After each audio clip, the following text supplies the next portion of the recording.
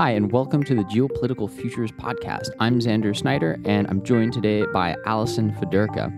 We're going to be chatting with you today about something that doesn't always reach the news, but has been in the news quite a bit for the last week and a half, and that's this area in Africa called the Sahel. So first, Allison, why don't we just talk about what the Sahel is and where it is? Okay, so the Sahel is in Africa. And if you can imagine a picture of Africa, you have that really wide portion on top. And if starting from the Mediterranean on top, you have the coastline of northern Africa. Then you get into the Sahara Desert, which all of us are very much familiar with. When we think of deserts in Africa, that is the one that always comes to mind for most people. Then just south of that desert, you have a semi-arid climate that runs in a band west to east across Africa. And that is the Sahel that we're talking about. So it is not as lush as some of the more jungle climates that you will find further south in Africa. It is not as barren a desert as the Sahara, but it's that middle zone where you have that climate change and geographic change between those two other major regions of Africa. So the reason that the Sahel has been in the news recently is 4 U.S. Special Forces soldiers were killed recently in Niger, and the southwest portion of Niger sits within this strip that is the Sahel that sits right south of the Sahara Desert. And in addition to this actually hitting some outlets, there was a fairly long Politico piece on the U.S. presence in the Sahel that basically took the position that, this is an occupation of inertia. The U.S. really has no strategy there, and these troops are just deployed without purpose. Now, Allison, you just wrote a reality check that published today, on Friday. Is this a reasonable interpretation of the U.S. presence in the Sahel? So I would argue that there is definitely a strategy for the U.S. troop deployments in this region of Africa. If you look at the types of troops that the U.S. has deployed there, you have a lot of elite forces. And so the training that these individuals have, the percentage of them as far as the total armed forces in the United States is it's a much smaller number of people. And so when you have a group of resources like these individuals, they are not deployed arbitrarily. They are not deployed for fun or anything like that. And in general, military deployments have a strategy behind them.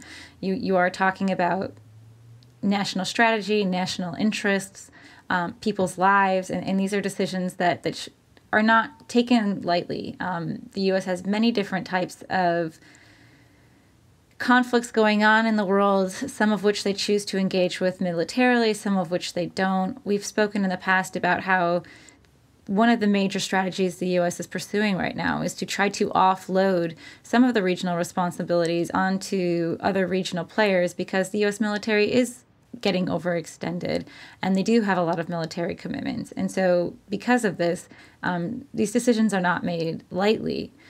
And the decision to have U.S. troops in the Sahel, in Niger, in Mali, in all of these different areas, it's all related to this idea of trying to contain several of the jihadist elements that are present in these areas. They can't directly affect the U.S. at this point in time. Somebody in Niger is not going to be able to physically harm the United States from there, but they pose a threat. It's not direct, but it is a threat that the U.S. needs to take seriously and think of how it relates to the bigger dynamics, both in Africa and also other parts of the world like the Middle East with different Islamist, extremist, and jihadist movements.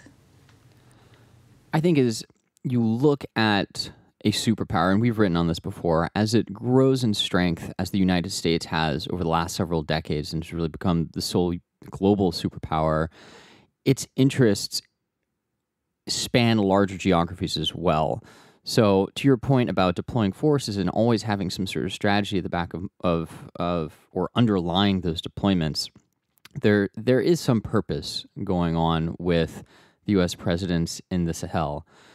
Now, you talk about you mentioned the jihadist groups in this region, and people have probably heard of Boko Haram in Nigeria, and they might not be as familiar with how those jihadist groups in Western and Central, or I guess North Central Africa relate to the jihadist groups in the Middle East. Now, in your piece, you talk about a supply line being established across the Sahara that would connect groups in the Sahel to Northern Africa.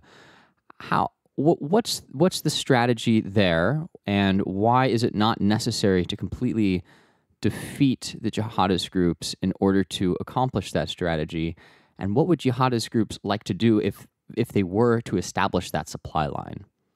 So the appeal of these supply lines are being able to recruit new individuals, like-minded individuals who believe in similar causes, and bring forces together. There is also the appeal of getting revenue flows. All of these movements need funding, and in this region you have mineral deposits, things like metals. Gold is a popular item that you can easily, in terms of black market trade, there is a black market for gold that would be accessible to these people. There's even higher strategic elements like uranium that would be attractive for them to potentially get onto the black market as well. So there's a lot of space for illicit activities, human trafficking, drug trafficking, where they can get money even just by providing security for transit routes or giving transit to other groups. So that's the appeal for revenue flow. And as we mentioned before, this idea of joining the groups, this idea of recruitment. We've heard of this idea of wanting to have stronger forces, become a transnational threat, occupy territory, or build out the areas where they already have strong influence. So with that in mind, the goal here would not be to necessarily eradicate these groups, because there are quite a few of them. They're sporadically placed, and this is a massively large area of land to cover. The goal is really just to disrupt the flow of potential revenue, disrupt the potential flow of recruits, and to prevent these groups from linking up and forming a more formidable force that would require more resources to be directed against it.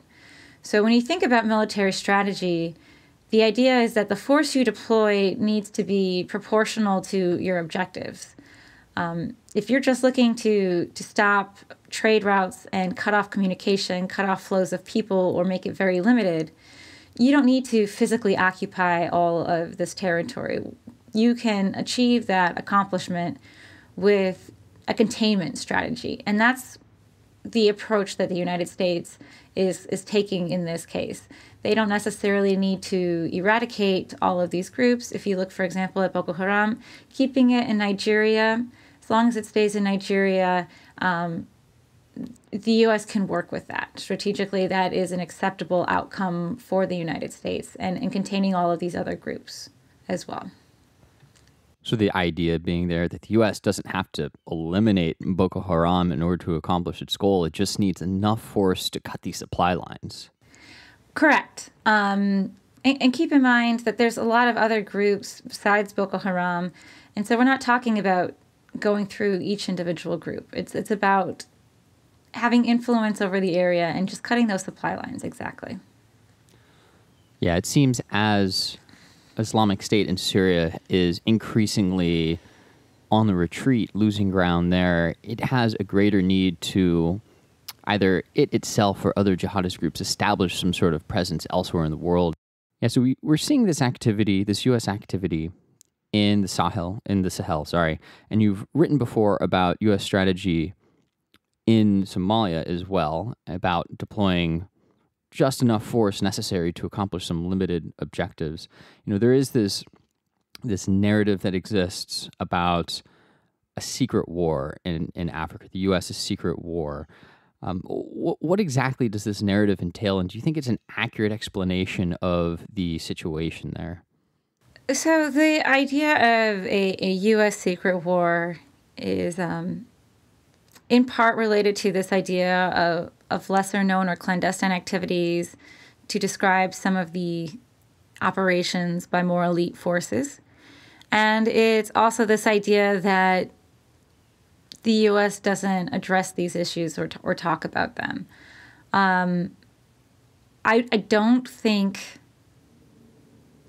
secret war is the most accurate label for these operations. They have increased over time. Since about 2006, we've seen a large increase in troops relative to what was there before. But we know this is going on. If it's not common for people to read the news from Niger, from Chad, from Cameroon. But if you look at these newspapers, for example, they openly have reported U.S. building drones, U.S. troop movements, battles, and things like that going on. It also is a point of reference. If you were French, you would be very much aware of what is going on in this region. And there is no secret in France. They have 3,500 troops about in Mali, and they are also a very strong international presence in this area, also fighting the jihadist movements and looking to protect French interests there. And people in Paris know this is going on. People are very much aware. The French president has already visited this region of the world. So I don't think we should confuse people not always paying attention to something as the same as a secret. If it was a secret, we wouldn't know about it. We wouldn't be able to be having this conversation right now. But it's just not something that usually draws U.S. attention, and it's not until something like U.S. troops' lives are lost that the general media will be paying attention to these areas. I think that's a great point, and something that we try to do here at Geopolitical Futures is dig in and find those nuggets of information that are freely available that maybe some more widely distributed media outlets are missing. And that's why we're able, for example, to write a piece about U.S. strategy in the Sahel right now. Now, you mentioned France, and we haven't talked about them yet, but the U.S. is, of course, collaborating with France in Africa. What are the French interests there, and is it more immediate than the U.S.'s, given their proximity to Africa? So the proximity of France to Africa definitely raises their interest in the region, and also the potential threat of any type of migration of jihadists from this region to domestic lands. So it's a lot easier for these fighters to get into France than it would be, for example, to get into parts of the United States. So France has a historical colonial tie to these areas.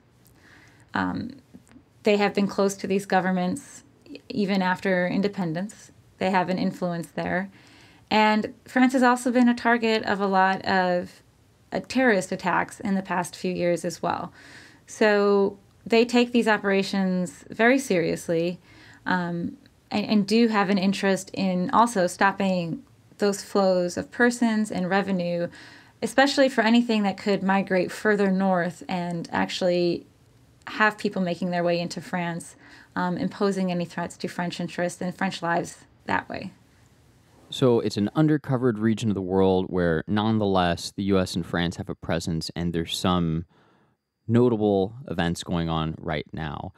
Now, if you're listening to this and this seems like a topic that interests you, as I mentioned, Allison just wrote a piece on this that published today. It's at our website. It's really great. You should go check it out. It touches all of these topics, but in greater detail. It's called In Africa, Jihadists See a Chance to Expand, and you can get that at geopoliticalfutures.com. So with that, Allison, thanks for the invigorating conversation. Listeners, check out her piece, and we'll catch you next time. For more geopolitical insights from the team at Geopolitical Futures, sign up for our free weekly email newsletter using the link in the description.